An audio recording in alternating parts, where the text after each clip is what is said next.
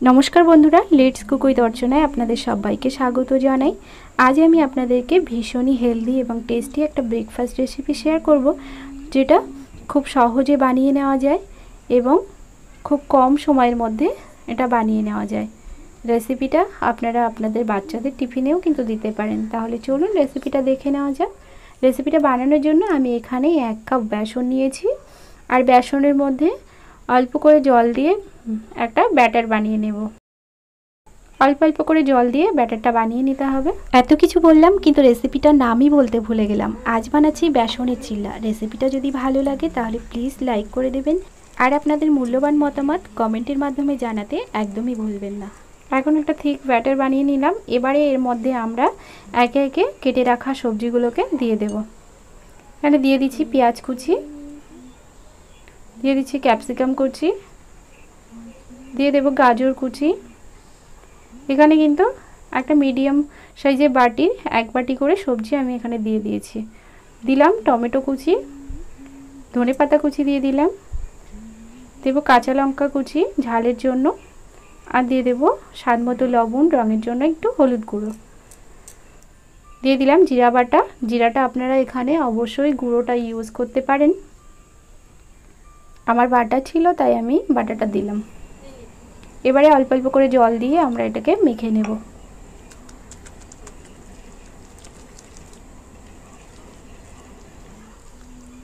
এইভাবে দেখুন অল্প অল্প করে জল দিয়ে কিন্তু ব্যাটারটা মাখতে হবে। একেবারে বেশি জল দিয়ে ব্যাটারটা মাখলে কিন্তু পাতলা হয়ে যাবে।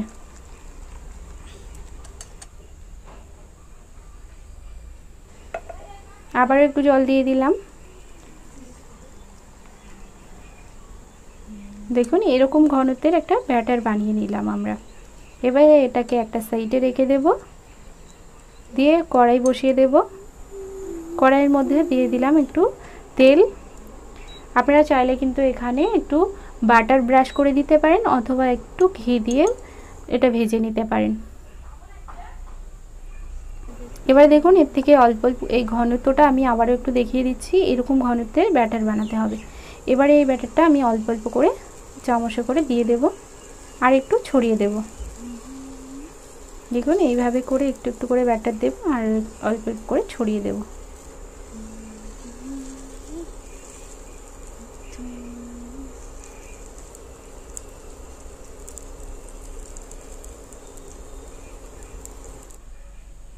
এবার এটাকে ঢাকা দিয়ে কিছুক্ষণের জন্য হতে দিয়েছিলাম। এবার দেখুন উপরটা কিন্তু ভালো মতো হয়ে গেছে।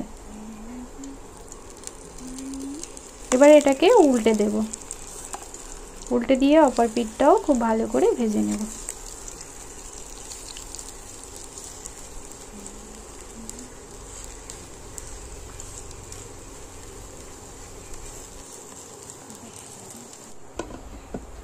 ঢাকা দিয়ে আবারও কিছুক্ষণের জন্য একটু ভেজে নেব। সবজিগুলো যেন একটু ভালোভাবে সেদ্ধ হয়ে যায়। দেখুন হয়ে গেছে দু পিঠ। আমি এবারে এটাকে তুলে নেব। আবারও একটু দিয়ে দেব ব্যাটার।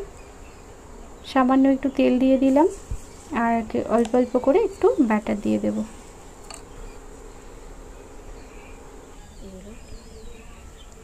দেখুন এভাবে আরও একটা বানিয়ে নিচ্ছি।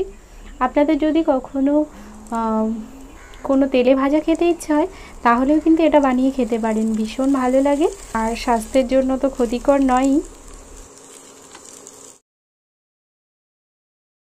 দেখুন আমি এটাকে একটা প্লেটে তুলে নিয়েছিলাম, নিয়ে অপর পিঠটা উল্টে ভেজে নেব।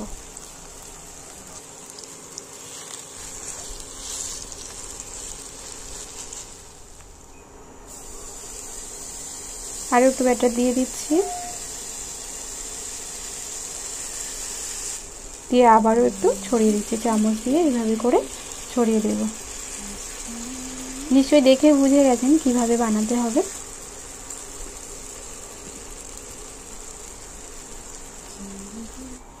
এবারে ঢাকা দিয়ে দিয়েছিলাম, ঢাকাটা খুলে দেখে নিচ্ছি। আবারও একটা প্লেটে তুলে নিয়ে উল্টে অপর পিঠটাও ভেজে নেব। খুব কম তেলে কিন্তু একটা ভীষণই স্বাস্থ্যকর রেসিপি বানানো হয়ে গেল।